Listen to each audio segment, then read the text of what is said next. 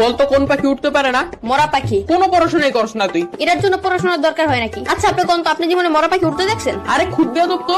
এই তোর নাম কি? কথা গুরান কে মরা পাখি উঠতে পারে? এই তুই থাকুস কই? আমার বাসায় থাকি। বদমাইশ, তোর বাসা কই এটা জিজ্ঞেসি। না আপনি জিজ্ঞেসেন আমি কই থাকি। আজব তো, এবার কত তোর বাসা কই? আরে আমি যেখানে থাকি ওই জায়গায় আমার বাসা। তোর কিন্তু আমি মাইর দিব। পড়া তো পারস না, আবার তেরামি করস। কেন কোন পড়া পারিনি আমি? ওই দিন তোর একটা অঙ্ক জিজ্ঞাসিলাম, পারস নাই। কোন অঙ্ক পারি নাই? ধরেন এখন ধর তোর কাছে 20 টাকা আছে, তুই 10 টাকা তোর বন্ধুরে দিলি, তোর কাছে কয় টাকা থাকে? আপনি অঙ্ক বাদ দেন, আমি কে তুই বললো যে 10 টাকা দিয়া দিমু? এই যে কোথায় কোথায় বেয়াদবি করস। এত সহজ অঙ্ক ধরলাম তাও পারস না। কি পড়স তুই? শার্ট পরি, প্যান্ট পরি, গেঞ্জি পরি, জুতা পরি। ওই সার করতে হইব না, মাথায় জ্ঞান বুদ্ধি বলতে কিছু নাই তোর। আপনার চেয়ে বেশি আছে। আবার তেরামি করস। তার আমি কি? আপনি আমার বুদ্ধি পরীক্ষা করে দেখেন। তাইলে ক, সমুদ্রের মাঝখানে একটা লেবু গাছ থাকলে তুই লেবু কেমনে আনবি? বাজার থেকে কিনে আনবো। আর আমি বুঝাইতে চাইতেছি যে ওই গাছ থেকে লেবু কেমনে আনবি। ডানা দিয়ে উইরা উইরা। তোর তো ডানাই নাই, ডানা কি তোর বাপে লাগাইবো? সমুদ্রের মাঝখানে লেবু গাছ কি তোর বাপে লাগাইবো?